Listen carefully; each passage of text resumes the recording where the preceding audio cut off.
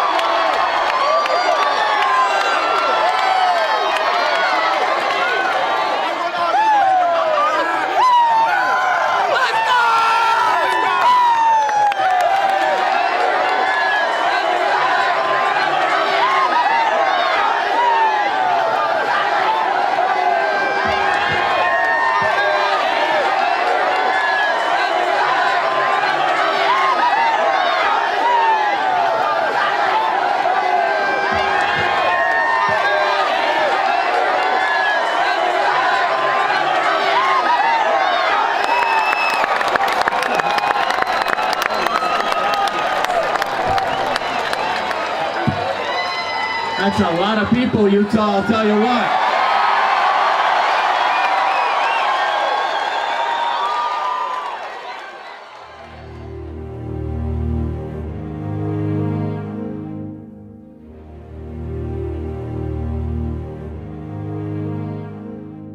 He ran the race well.